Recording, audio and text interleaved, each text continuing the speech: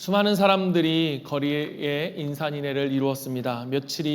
명절이 며칠 남지 않았기 때문입니다. 명절이 되면 예루살렘은 늘 항상 많은 사람들로 그렇게 북적였습니다. 그런 예루살렘으로 들어가는 문에는 여러분들이 있었는데 그런 분들 가운데 제사에 쓰일 양들을 가지고 출입하는 그러한 문을 우리가 특별히 양문이라고 불렀습니다.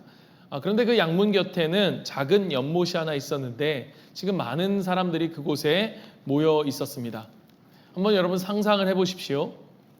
제사로 드려야 될 재물들은 흠없고 건강한 그러한 동물들이어야 했고, 또 그곳에 모여 있는 사람들은 오늘 어떤 사람들이었습니까? 앞을 보지 못하는 사람들, 다리를 저는 사람들, 그리고 중풍에 걸린 그러한 사람들이었습니다. 그러니까 건강한 짐승들과 그렇지 못한 사람들이 함께 모여서 어떻게든 살아보겠다라고 하는 그런 염원으로 가득한 그 길 위에 사실은 죽을 운명이 한데 뒤섞여서 함께 서로 밀치고 당기고 고함치고 분노하며 뒤처지지 않으려고 하는 그러한 모습들 속에 우리는 참 아이러니하죠. 웃으면서 이렇게 우습고도 참 슬픈 그러한 모습들을 우리는 보게 되어집니다. 여러분, 그곳에 많은 사람들이 함께 모여 있었던 이유는 오늘 본문이 이야기하죠. 천사가 가끔 못에 내려와서 물을 움직이게 하는데 그 물을 움직일 때에 가장 먼저 들어가는 사람은 어떤 병이든 낫는다라고 하는 그러한 소문이 그들 가운데 있었기 때문입니다. 가난하여서 제대로 치료를 못 받아본 사람들, 그리고 어떤 사람들은 치료를 받을 만큼 받아봤지만 어떤 것도 그들을 낫게 할 수 없었던 그런 불치병을 갖고 있었던 사람들이 그러한 소문을 듣고 조금씩 모여들게 된 것이죠. 절대 절망의 불행의 인생의 끝에서 사실상 그들에게 마지막 희망의 끈이라도 붙들려고 하는 그런 지푸라기라도 붙드는 절박한 심정으로 그 심정이 그들을 그곳으로 오게 한 것입니다. 이 연못의 이름은 베데스다입니다. 그런데 이 베데스다라는 히브리어는 두 개의 단어의 합성어인데 무엇이냐? 베이트라고 하는 집, 그리고 헤세드라고 하는 은혜입니다. 무슨 말입니까? 은혜의 집. 이 베데스다는 은혜의 집이라는 뜻의 연못이었습니다. 그러나 그 은혜의 집은 가장 먼저 들어간 사람만이 고침을 받을 수 있기 때문에 사실 시각 앞이 보이지 않는 사람이나 혹은 지체가 장애가 있는 그러한 중증 환자들은 거의 치유받을 수 있는 가능성이 없는, 그러니까 누구보다 회복이 필요한 사람이면 사람일수록 오히려 기회가 없어지는 은혜가 없는 은혜의 집, 무자비함으로 가득 찬 자비의 집이었습니다. 그나마도 어떻게든 그 연못에 닿을 수 있다고 여겨지는 사람들은 연못이 조금이라도 흔들리는 것 같으면 언제 또 나에게 이런 기회가 올까라고 생각하여서 정말 마지막 지푸라기라도 잡는 심정으로 다른 사람들보다는 무조건 더 빨리 그 연못에 닿기 위해서 발버둥 쳤을 것입니다. 순식간에 그곳은 서로 부딪히고 넘어지고 다치고 밀고 당기고 서로 위에 깔리고 또 그 사람과 사람 위에서 또 깔리고 그 안에 욕설과 비명으로 가득한 정말로 아수라장이 되었을 것입니다. 방금 전까지만 해도 서로 앉아서 서로의 아픔을 나누며 공유하며 슬픔을 주고받던 그 친구는 어느새 경쟁자가 되어서 저 사람보다는 내가 더 빨리 저곳에 저 물에 들어가야만 한다라고 하는 것에 있어서 경쟁 상대가 되어버리죠. 지금 그러한 곳에 한 사람이 있습니다. 5절에 보면 그는 38년 동안 스스로 제대로 걷지 못해서 누워만 있었던 그러한 사람이었습니다. 그런 그가 제일 먼저 그 연못에 들어갈 가능성은 누가 봐도 없어 보입니다. 그래서 그 베데스다에 정말로 천사가 내려와서 물이 움직여 치유의 역사가 일어난다 해도 스스로는 움직일 수조차 없는 그에게 있어서 그 기적은 그로 하여금 사실 더 비참하게 만들 뿐이죠. 베데스다, 그 은혜의 집이 그에겐 유일한 소망이지만 그 소망이 그 어떤 것도 그에게 해줄 수 있는 것은 없었습니다.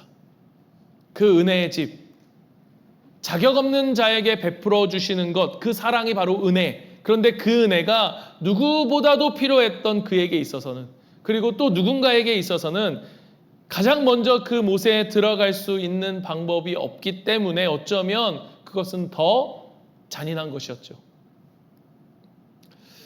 여러분, 오늘 이 베데스다 연못을 상상하며 바라보고 있는데, 이 말씀을 묵상하는데, 여러분, 이 은혜의 집을 바라보는데 제 안에 드는 마음은, 그것이 마치 오늘 우리가 사는 세상, 그리고 그것에 있는 수많은 사람들은 오늘 그 세상에 살아가는 우리의 인생과 정말로 많이 닮아 있다라는 생각이 듭니다. 오늘날 우리는 누군가를 넘어서야만 합니다. 저 사람보다는 내가 나아야만 합니다.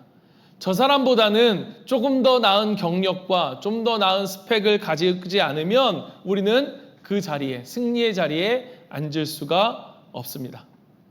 그래서 조금 더 어떻게든 좋은 조건을 갖추어서 다른 사람에게 그 좋은 기회를 빼앗기지 말아야 된다. 더 많은 것들을 소유해야 된다. 그러면 너는 행복해질 수 있을 것이다. 그 행복을 소유할 수 있을 것이다. 이것이 바로 은혜가 사라져버린 은혜의 집, 이 베데스다가 주는 메시지이고, 오늘 우리가 살아가는 이 베데스다, 즉 세상이 주는 여러분 메시지가 아닙니까? 그런 은혜가 없는 은혜의 집에 오늘 은혜의 주님, 예수님께서 찾아오셨습니다. 6절 오늘 말씀을, 여러분 6절을 보십시오. 예수님께서 그를 보셨다. 예수께서 그 누운 것을 보셨다라고 말씀하시고, 병이 벌써 오래된 줄 아셨다라고 이야기합니다. 여러분, 이것은 무엇을 이야기합니까? 그냥 보니까 참 오래된 병자네, 보셨고 아셨다, 이런 말이 아니라, 여러분, 예수님이 아셨다라고 하는 이 말은 그가 그 긴 세월 동안 그가 겪어야만 했던, 받아야만 했던 수많은 아픔과 조롱과 그러한 고통을, 그 마음을 주님이 아셨다는 것입니다. 여러분, 예수님께서 우리의 마음을 아십니다. 예수님께서 아신다. 여러분, 오늘 이 자리에 있는 저와 여러분에게는 어떤 위로가 됩니까? 여러분, 춘향전 아시죠? 춘향전에 나와 있지는 않는데 어떤 사람이 춘향전을 각색한 이야기 중에서 이러한 장면, 이 한 토막이 있었습니다. 춘향이가 이 변사또의 유혹과 핍박에 넘어가지 않고 억울한 누명으로 감옥에 있게 되죠. 그때 한양에서 한 편지가 옵니다. 그 편지를 펼치자마자 이 춘향이는 그동안 참아왔던 눈물이 폭발해요. 눈물이 주룩주룩 나는 거예요.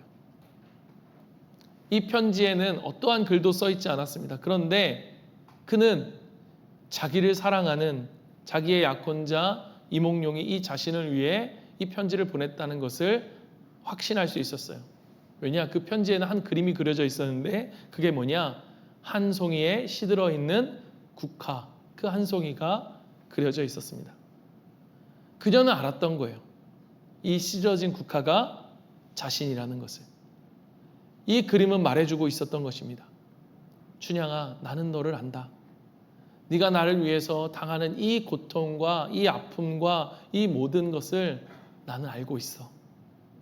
그 외롭게 그 고난을 겪어야만 했던, 그 핍박을 당해야만 했던 그녀에게는 큰 위로가 되었던 거죠. 여러분, 우리가 요즘 새벽마다 요한계시록을 묵상하고 있습니다. 여러분 묵상하고 계십니까? 여러분, 저는 우리 성도들이 꼭 묵상했으면 좋겠어요. 제가 그런 얘기 했잖아요. 새벽 때 하나님 말씀 없이 우리가 어떻게 살까?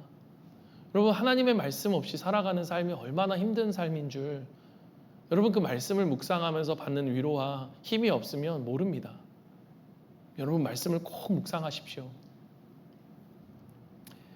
이 요한계시록을 묵상해 가면서 참 큰 위로를 우리가 누리고 있습니다. 하나님께서 무엇보다 이 말씀은 그들에게 어떠한 말씀이었냐? 내가 너를 안다. 그 말할 수 없는 고통 가운데 있는 초대교회 성도들을 향해서 예수님은 요한을 통해 그 이리로 올라오라 보여주시며 그가 보았던 계시와 환상을 통해서 말씀하고 계신 거예요. 내가 너를 알고 있어. 그들은 그 편지를 읽으면서 그런 마음을 느꼈을 거예요. 하나님이 우리를 아시는구나. 하나님이 우리를 모르시지 않는구나. 하나님이 우리가 당하는 이 모든 고통과 고난, 어려움들을 아시며 우리에게 말씀하시는 거예요. 너는 잘못된 길을 걸어가는 게 아니야. 너의 인생이 실패한 것이 아니야. 너는 그 승리의 길을 걸어가고 있는 거야. 잘 가고 있어. 잘하고 있단다. 세상이 너를 비웃을지 모르지만 그 길은 결국 승리의 길이야. 그 말씀을 그들에게 하고 계셨던 것입니다. 여러분, 오늘 그분은, 예수님은 그를 아셨습니다. 그의 모든 고통과 아픔과 그 오랜 시간 겪어야만 했던 서름의 모든 시간을 예수님은 아셨습니다. 그렇게 누구보다도 그를 잘 아시는 예수님께서 뭐라고 말씀하시느냐? 여러분, 그에게 물으시죠. 뭐라고 물으십니까? 내가 낫고자 하느냐? 여러분, 이 질문을 들으면 우습지 않습니까? 제가 지금까지 뭐 얘기했습니까? 너무나 잘 아시잖아요. 그런데 낫고자 하느냐? 이게 무슨 어리석은 질문이, 이런 질문이 어디 있습니까? 당연히 원하겠죠. 당연히 원하는 거겠죠. 38년 동안 일어날 수 없었던 사람에게 네가 낫고자 하느냐라고 하는 질문처럼 여러분 어리석은 질문은 없을 것입니다. 그런데 여러분 한번 생각해 보십시오. 왜 예수님께서 이토록 어리석은 질문을 하고 계실까? 여러분, 그 이유는 예수님은 이 질문을 통해서 그가 그토록 원하는 것이 무엇인지를 그에게 다시 한번 생각하도록 하고 계신 것입니다. 네가 낫고자 하느냐? 그가 정말로 원하는 것이 무엇인지, 무엇을 위해서, 왜 그걸 원하는지 스스로 묻도록 하고 계신 것입니다. 그리고 여러분, 저는 오늘 이 동일한 질문을 이곳에 있는 저와 여러분에게도 우리 주님께서 던지고 계시다고 믿습니다. 내가 낫고자 하느냐? 여러분, 이 예수님의 질문에 대한 그의 대답은 무엇이었습니까? 7절을 보십시오. 주여, 물이 움직일 때에 나를 못에 넣어주는 사람이 없어 내가 가는 동안에 다른 사람이 먼저 내려가나이다.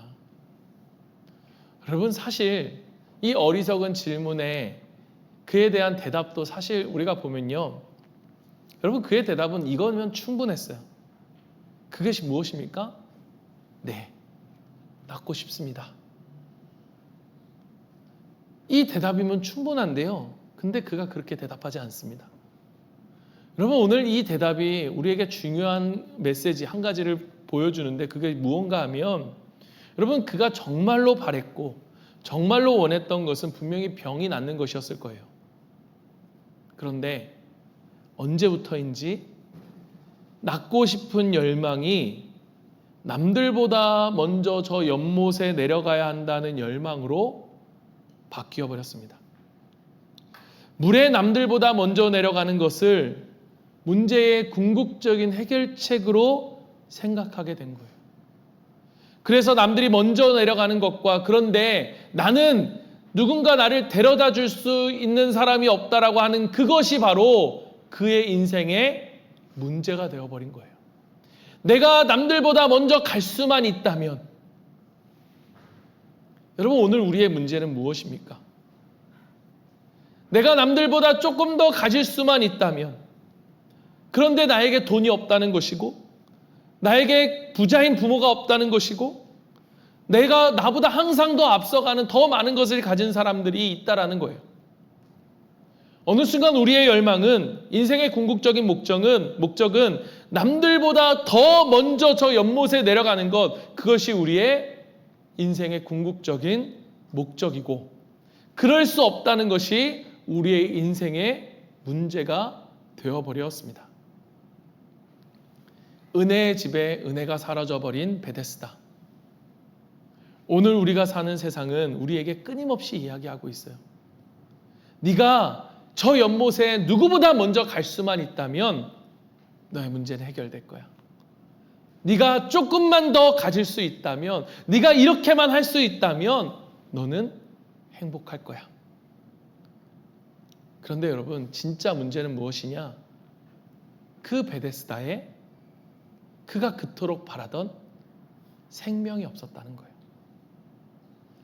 그가 그곳에 갈 수 없었다는 것, 제일 먼저 들어갈 수 없는 것도 문제이지만, 어떻게든 가장 먼저 그 물에 들어간다 한들 진짜 문제는 거기에 생명이 없다는 것이고, 거기에 그가 그토록 바랬던, 그가 원래 궁극적으로 그토록 원했던 행복이 없다는 것입니다. 여러분, 제가 참 이 대목에서 신기한 게, 여러분, 저는 이 요한복음을 끝까지 다 강해 설교를 갖고 있고 제가 지금 하나씩 여러분에게 설교하는 그런 정도의 경력과 실력이 있는 목사는 아닙니다. 그래서 매주 정말 간절하게 하나님 앞에 이제 기도하면서 이번 주 말씀이 진짜 필요합니다. 이렇게 말씀을 묵상하면서 이제 여러분에게 말씀을 전하고 있는데, 이제 수요일 날은 제가 다른 설교를 하잖아요. 근데 수요일 날 제가 이거하고 상관없이 묵상하다가 하나님 주신 게 팔복을 좀 이렇게 성도들과 나눠야겠다라고 생각이 들었습니다. 그런데 이 말씀을 묵상하면서 하나님이 그 마음을 주신 이유를 알겠더라고요. 여러분, 예수님의 첫 번째 설교의 산상수훈, 그 첫 번째가 팔복이거든요. 그러니까 뭐냐면 예수님의 입장에서는 우리가 행복하길 원하시는 거예요. 우리가 진짜 행복하며 살아가길 원하세요. 그래서 이 복에 대해서 말씀해 주시는데, 여러분, 오늘 이 말씀하고 너무너무 똑같은 거예요. 여러분, 행복은, 그 행복을 주는 생명은 그 연못에 있는 것이 아니라 예수님에게 있었습니다. 여러분, 그에게 있어서 좋은 소식, 즉 복음은 누군가, 예수님이 자신을 남들보다 더 빨리 그 연못에 내려갈 수 있도록 도와주었다는 데 있는 것이 아니라 우리 주님이 나를 찾아오셨다는 것이고 우리 주님이 나를 불쌍히 여겼다라는 것입니다. 그 연못의 물이 아무리 그럴듯하고 아무리 많은 사람이 그곳에 모여 있어서 마치 그 안에 정말로 희망이 가득하고 당장 엄청난 일이 일어날 것처럼 요란했어도 그를 고쳐준 것은 연못에 움직이는 물이 아니라 예수님이셨습니다. 여러분, 교회는 특성상 정말로 삶의 문제들을 갖고 나오는 사람들이 많습니다. 마음에 상처 입은 사람들, 죄를 지은 사람들, 약하고 또 소외받은 사람들이 사실 교회로 나오게 됩니다. 자신들의 문제를 해결해 줄 수 있을 거라는 기대와 그러한 소망을 가지고 벼랑 끝에 몰린 자의 심정으로 하나님 앞에 찾아옵니다. 물질의 문제 속에서, 가난의 문제 속에서 오고, 또 몸과 질병의 아픔의 문제 속에서, 또 여러 가지 세상에서 받은 그 상처와 더 이상 어디서 위로받을 수 없는 그 마음의 지침을 가지고 그렇게 오죠. 그런데 여러분, 가난을 해결하고 질병을 해결하고 상처를 해결하는 것이 정말로 시급한 문제인 건 맞지만, 그러나 그것이 근본적인 우리의 인생의 문제를 해결해 주지 못한다는 것을 여러분, 우리는 잘 알고 있습니다. 그들이 가진 그러한 문제를 해결해 주기 위해서 최선을 다하는 것은 정말로 귀하다고 생각해요. 여러분, 저는 정말 요즘 간절히 기도하는 것 중에 하나가 하나님 저에게 좀 치유의 능력을 달라고. 그래서 이 자리에 나와 여러분 이 헌신대 앞에 나와서 정말로 육신의 질병 때문에 고민하고 기도하는 분들을 위해서 손을 얹고 기도할 때마다 하나님께서 좀 치유의 역사, 정말 그런 기적의 역사가 좀 일어나는 그러한 일들이 있게 해달라고, 좀 그러한 정말 그런 신유의 역사가 제 안에 있었으면 좋겠다, 이런 마음의 소망함이 있어요. 여러분, 제가 청년들과 함께 사역할 때 청년들이 아프고 힘들고 인생의 문제를 갖고 오면 제 안에 절망스러운 마음이 들 때는 뭐였냐면, 여러분, 정말 취업 때문에 힘들고 막 직장 때문에 힘들고 하는 그런 친구들을 보면 내가 목회를 때려치고 큰 회사를 하나 차려서 얘네들 다 취업시켜서 삶의 문제를 잘 해결해 주면 좋겠다라고 하는 그런 마음이 제 안에 있는데, 여러분, 그럴 수가 없는 그러한 상황 속에서 느껴지는 제 마음의 무기력함이 있었어요. 정말로 할 수만 있다면 무엇이든지 돕고 무엇이든지 섬기고 싶은 마음. 그러나 여러분, 그것이 예수님을 만나는 것보다 궁극적으로 추구하는 최고의 가치가 될 수 없다는 것입니다. 왜냐? 진짜 행복은 생명의 주인이신 예수님을 만날 때 이루어지기 때문입니다. 여러분, 오직 예수 그리스도를 만나서 그분을 나의 주님으로 모시고 살 때 비로소 생명이 있다라고 하는 이 복음을 말하지 않으면, 여러분, 교회 역시도 은혜가 사라진 은혜의 집, 예수님이 계시지 않는 베데스다의 연못이 되고 말 것입니다. 그래서 여러분, 오늘날 정말로 교회가 회복해야 할 것은 바로 예수님이 생명이요, 인생의 궁극적인 해결, 그러한 문제의 해결이 되신다라고 하는 바로 복음인 것입니다. 그런 의미에서 저는요, 목회자로서 저도 용기가 필요하다고 생각해요. 여러분, 이렇게 헌신하면, 이렇게 봉사하면, 이렇게 더 많이 헌금하면 여러분, 하나님이 복을 주실 것입니다. 여러분의 문제가 해결될 것입니다. 병이 낫게 될 것이다 라고 말하고 싶은 그 마음, 아니 그렇게 말하고 싶은 유혹 속에서 그렇지 않다라고 말할 수 있는 용기가 필요하다는 거예요. 예수 그리스도의 복음을 소개하고 복음으로 살아내도록 도와야 하는 것이 바로 저에게 주어진 역할이기 때문입니다. 오직 예수 그리스도가 문제의 해결자이시고 생명의 근원이시기 때문입니다. 자신이 정말로 무엇을 원하는지, 그리고 정말로 열망하는 것이 어디로부터 오는지 잊어버린 지 그 38년이라고 하는 그 시간 동안 그는 잊어버렸습니다. 이 38년이라고 하는 이 시간은요, 이 숫자는요, 여러분 사실 이스라엘 백성에게 있어서는 굉장히 의미 있는 숫자였습니다. 광야에서 그들이 불순종함으로 걸어야만 했던, 방황하야만 했던 그 숫자가 뭐냐? 바로 38년 동안 하나님을 불순종하고 끊임없는 원망과 불평으로 살아야만 했던 그 고통의 시간, 그런 의미에서 그 사람의 38년은 지금 이스라엘 백성들에게 자기 자신을 가리키고 있는 그러한 모습과 같은 그것들로 그들에게 받아들여졌을 거예요. 자신이 무엇을 원하는지도 모르고 안다 해도 그것을 위해서 스스로 아무것도 할 수 없는 그에게 오늘 예수님이 찾아가셔서 내가 낫기를 원하느냐? 라고 물으시면서 예수님은 그에게 이렇게 말씀하시죠. 일어나 내 자리를 들고 걸어가라. 38년이라는 시간 동안 그 자신도 잊어버렸지만 예수님은 그를 알고 계셨습니다. 그에게 정말로 필요한 것이 무엇인지, 무엇이 그로 하여금 정말로 참 생명과 행복에 이르게 할 수 있는지, 그래서 그를 연못으로 가장 빨리 가도록, 가장 먼저 가도록, 그것만 있으면 내 인생의 이 문제만 해결되면 나는 행복할 거라고 말하는 그에게 그것이 해결되도록, 그것을 소유하도록 돕지 않으시고 예수님은 그에게 말씀을 주셨습니다. 일어나라. 38년 된 병자, 아무런 소망이 없는 자에게 필요한 것은 먼저 연못에 들어가는 것이 아니라 정말로 그에게 필요한 것은 예수 그리스도, 그분이었습니다. 그래서 말씀이신 예수님은 자신을 그에게 주신 거예요. 여러분, 예수님의 말씀, 즉 말씀이신 예수님을 우리에게 주셨다라고 하는 것은 우리에게 어떠한 의미일까? 여러분, 요한복음 8장 12절부터 26절에 보면 여러분 참 이해하기 어려운 말씀들이 등장합니다. 제가 간단하게 제 의역으로 여러분이 이해하기 쉽게 좀 도우려고 이렇게 표현을 해봤습니다. 12절에 보면 나는 생명의 빛이다 라고 예수님이 말씀하십니다. 그런데 13절에 보면 이 바리새인들이 이렇게 물어요. 너가 세상의 빛이라고 말하는데 그렇게 말할 수 있는 증거가 뭐냐? 증인이 뭐냐? 증인이 누구냐? 라고 묻습니다. 그랬더니 18절에 이르면 예수님이 내가 스스로 나를 증언한다라고 말씀하시면서 또한 나를 보내신 아버지도 나를 위하여 증언한다라고 말씀하세요. 그러니까 바리새인들이 또 묻습니다. 19절에 내 아버지가 어디 있느냐?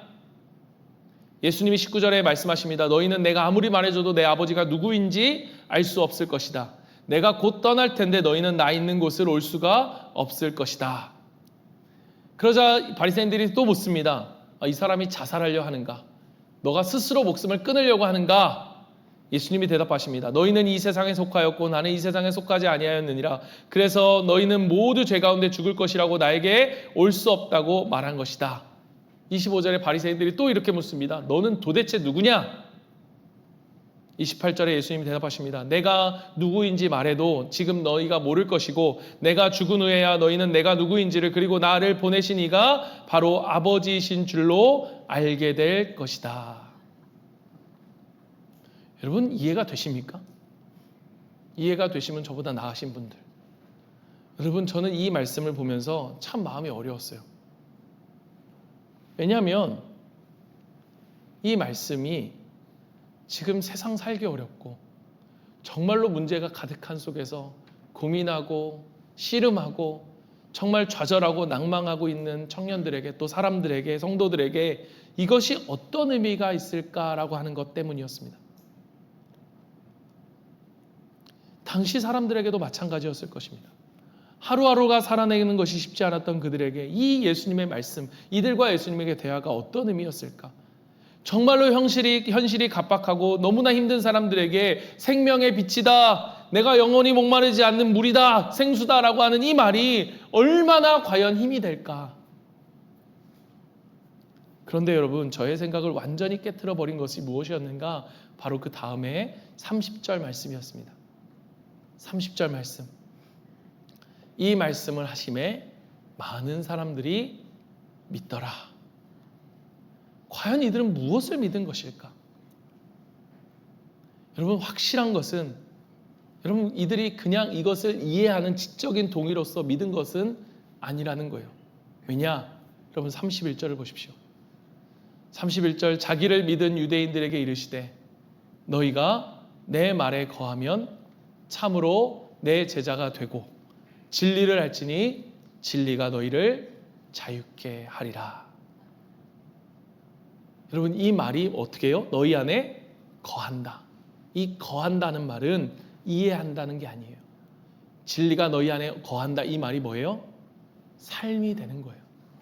이 말이 너희 안에 삶이 되면 너희가 내 제자가 되고 이 진리가 너희를 자유케 하리라. 여러분 자유의 문제, 우리 인간에게 있어서 자유의 문제는 여러분 우리가 지금 누리는 이 자유는 누군가가 이 자유를 위한 끊임없는 죽음을 무릅쓴 투쟁이 있었기 때문에 오늘 우리는 이 자유를 누립니다. 인간에게 있어서는 자유라는 것은 뭐예요? 생명이죠. 진리가 너희를 자유케 하리라 라고 하는 이 말은 우리의 인생이 목숨을 걸고 소유하고 투쟁할 만큼의 가치가 있는 그게 무엇이냐? 바로 삶과 죽음의 문제였다는 거예요. 절망적인 현실 가운데 너무너무 힘이 들고 아프고 그래서 좌절과 낭만 가운데 있는 자들에게 하나님은 자유, 즉 생명을 주시기 위해 오셨고 그런 그들에게 오늘 그리고 우리에게 바로 이 생명의 빛이고 영원히 목마르지 않는 물에 관한 이야기를 예수님께서 그래서 하고 계시다는 거예요. 왜요? 왜 그렇습니까? 우리를 누구보다 우리 자신을 나보다 그분이 더 잘 아시기 때문에 우리가 무엇을 놓치고 무엇을 잃어버렸는지를 그리고 우리에게 정말로 필요한 것이 무엇인지를 우리 예수님이 알고 계셨기 때문인 거예요. 여러분 어떤 두 사람이 차에 앉아서 이야기를 나눕니다. 이 둘이 이야기를 나누는데 서로 겪고 있는 삶에 대해서 어려움들을 나눕니다. 내가 진짜 이번 주에 너무너무 돈 때문에 힘들었어. 내가 조금만 여유가 있으면 너무너무 좋겠어. 정말 나는 이 돈이 너무너무 힘들어. 어떤 옆에 있는 친구는 난 이 사람 때문에 너무너무 힘들어. 정말로 너무너무 힘들고 대화하기도 힘들고 마음도 힘들고 정말 힘들어 죽을 것 같아. 그러자 옆에 있는 야 그건 아무것도 아니다. 야 나 요즘 너무너무 아파서 이 병 때문에 정말로 얼마나 힘들고 얼마나 좌절하는 마음이 드는지 이런 이야기들을 막 나누고 있었어요. 그런데 여러분 지금 그들이 어디에 있었습니까? 차 안에 있었잖아요. 그런데 이 차가 그들도 모르는 사이에 슬금슬금 앞으로 가고 있었습니다. 그리고 그 앞에는 절벽이 있었어요. 여러분 어떻게 해야 합니까? 어떻게 해야 합니까? 이 문제는 이렇게 하면 해결이 될 거야. 돈 문제 이렇게 해보면 어떨까? 여러분 그렇게 말해주겠습니까? 아니겠죠. 정신 차려. 정신 차려. 지금 차가 앞으로 가고 있어.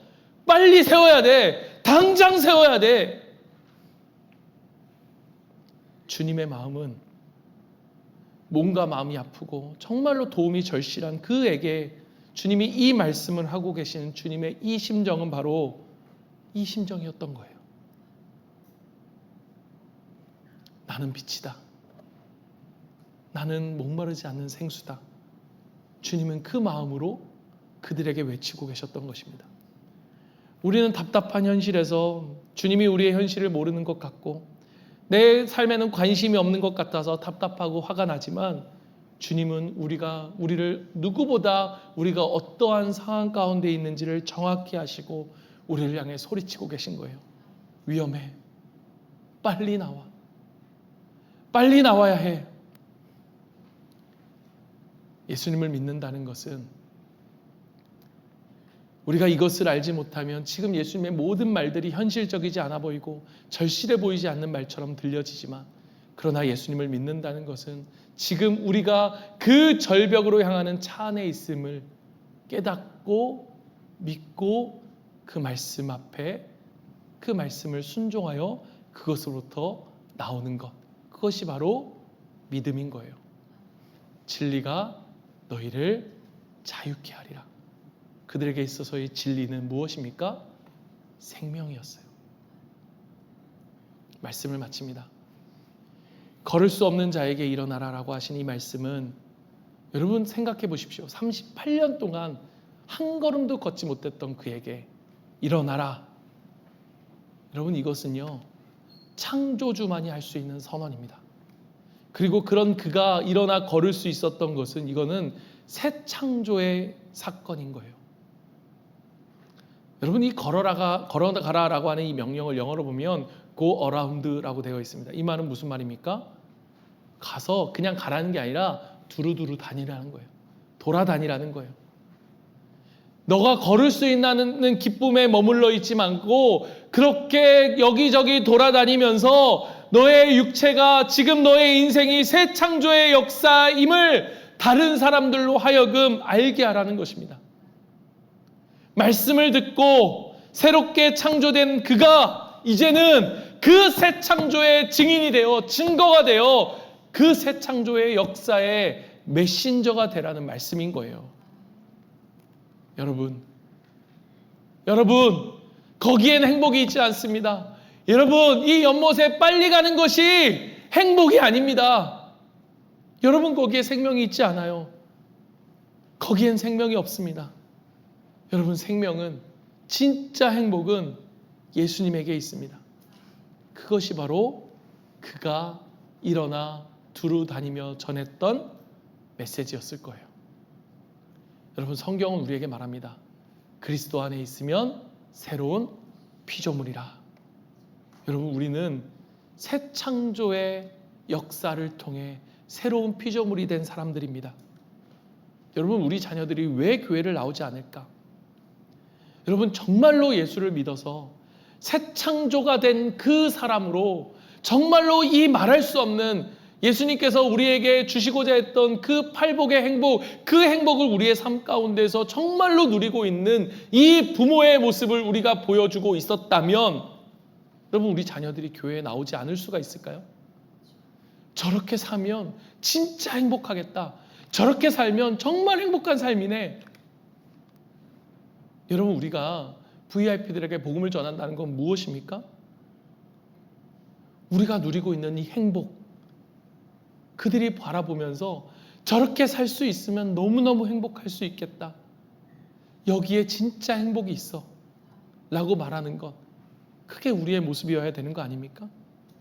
여러분 지난주에 제가 그런 얘기했죠. 정말로 제대로 예수를 믿어본 적이 있으십니까?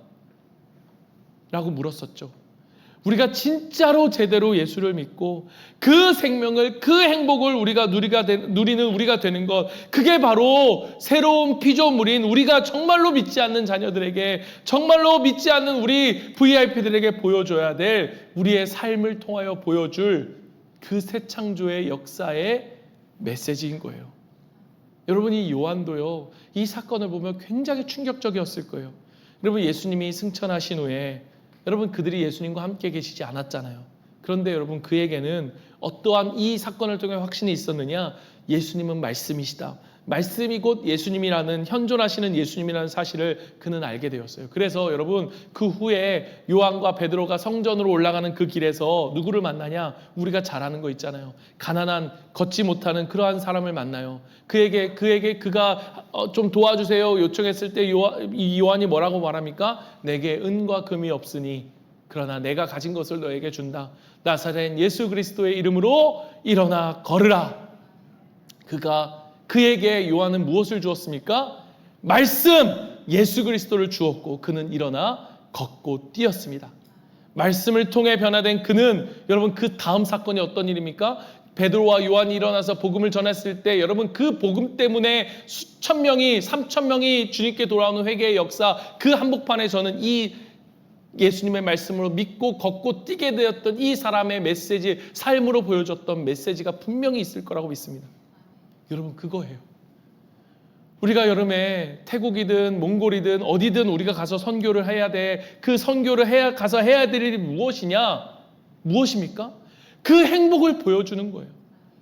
그 행복, 그들이 누리지 못했던, 그러나 내가 누렸던, 그게 돈이 주는, 어떤 상황이 주는 행복이 아니라 예수 그리스도로 인해서 누릴 수밖에 없는 그 행복을 우리의 말로, 우리의 삶으로 증거하고 전해주는 게 바로 선교인 거예요. 여러분, 카톨릭에서 예배를 미사라고 이야기하잖아요. 이 미사가 라틴어인데요.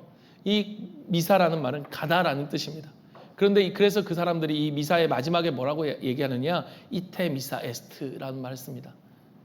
그렇게 선포를 하는데, 여러분, 이 뜻이 뭐냐? 미사가 끝났으니 가서 주님의 말씀대로 사십시오.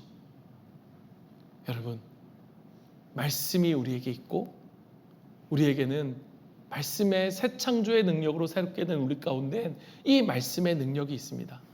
사랑하는 성도 여러분, 이제 세상으로 나아가 그 새 창조의 역사를 증거하는 증인으로 살아가는 저와 여러분이 되기를 간절히 바랍니다.